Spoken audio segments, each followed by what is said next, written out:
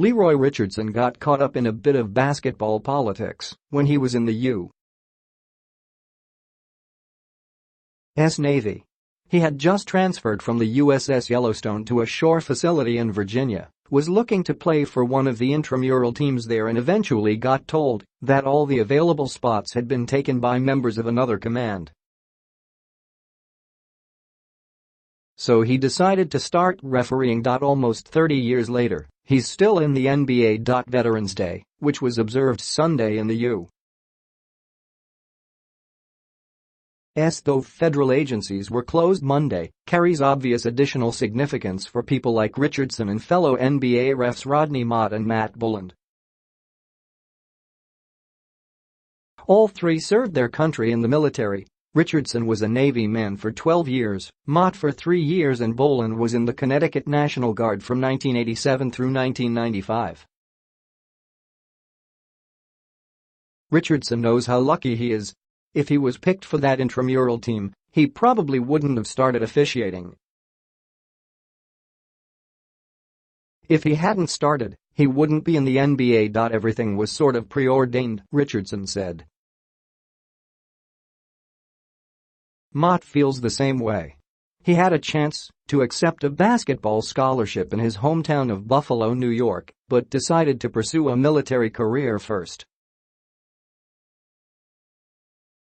He went to San Diego State after leaving the Navy in 1979, got a degree in aeronautical engineering, landed a job at McDonnell Douglas, and stayed in the game through a bit of coaching. Someone approached him and said he'd make a good referee. Before long, Mott, who spent a lot of time in Southern California playing with NBA guys like Michael Cage and Randy Smith and eventual Baseball Hall of Famer Tony Gwynn, who was an excellent point guard before turning his energy toward baseball, was learning the ref trade in a camp run by then NBA ref Hugh Hollins. "The rest is history," Mott said. "I'm happy with the choice that I made. Very happy.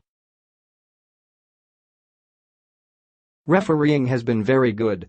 It's kept me close to the game. I could play, but I'm a better referee than I was a player." Richardson and Mott have heard the Star-Spangled Banner countless times before games over the years. It never gets old.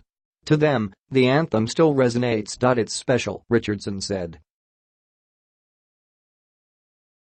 "I'm proud, not to be recognized, but to have represented. When I hear that anthem, you realize that you were part of something that's held in reverence. I look around the arenas, there's a lot of times where they recognize all veterans and ask them to stand, and I'm proud to be standing as well." The trade. Jimmy Butler going to Philadelphia, a deal that becomes official on Monday, Tuesday, PHL time, means the 76ers might have 3 All-Stars in the same season, something they haven't had in more than 30 years.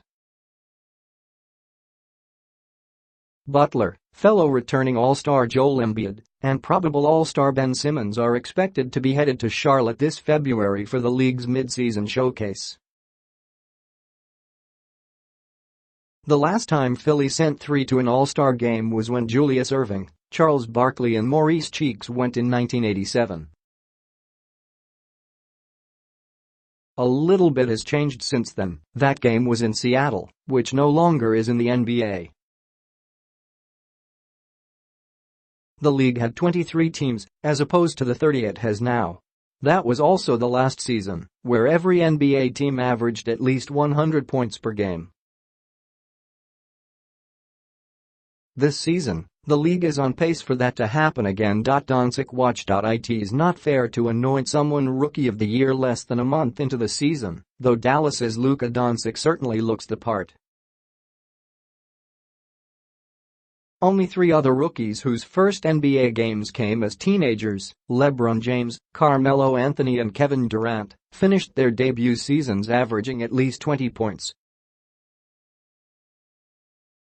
Doncic, the Mavericks' 19-year-old budding star, might have a shot to join that very exclusive club. So far, He's averaging 20.3 points, along with 6.5 rebounds and 4.5 assists. The only three players who finished their rookie seasons with those averages in all three categories are Michael Jordan, Larry Bird and Oscar Robertson. My opinion is that he doesn't have a limit, Mavs forward Maxi Kleber said. Luka can do whatever.